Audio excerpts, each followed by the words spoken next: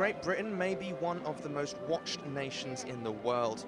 A rough count by police earlier this year estimated there were 4.2 million cameras in the country. That's nearly one for every 15 people. And now there's a piece of software that lets them know exactly who you are. Tag and Track identifies individuals when they enter a camera network, assigning them a unique identifier so it knows where they've been, who they've been there with, and where they are now. Ipsotech, the software's developers, have also created systems that catch casino cheats and detect car crashes, but they say Tag and Track is the one that could change the way surveillance works. Andrew Eggington is the company's finance director. When you want to go back and suddenly either locate a person or find out where their journey went, you find them in a slot of video, you do a simple click, and it's like doing a Google search on the data. So you get an instantaneous result which tells you this is the person's whole journey, this is every clip of video that they appeared in, every camera they were in front of, and if they're in the city centre at that moment, it will tell you this is where they are now. Ipsotech recently won the UK finals of the 2011 Global Security Challenge for developing the software, which has been trialled in airports as well as streets. But the software could be as useful for prosecuting criminals as much as it is for catching them.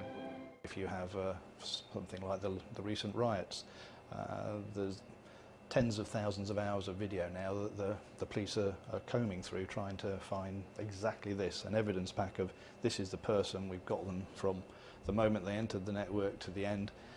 It will take several hours just to put together those pieces of information for one suspect. In theory, when Tag and Track is fully developed, with the click of a button you could do that for every person involved in those riots. The riots, which lasted for 5 days, spreading from London right across the country, caused more than $300 million worth of damage.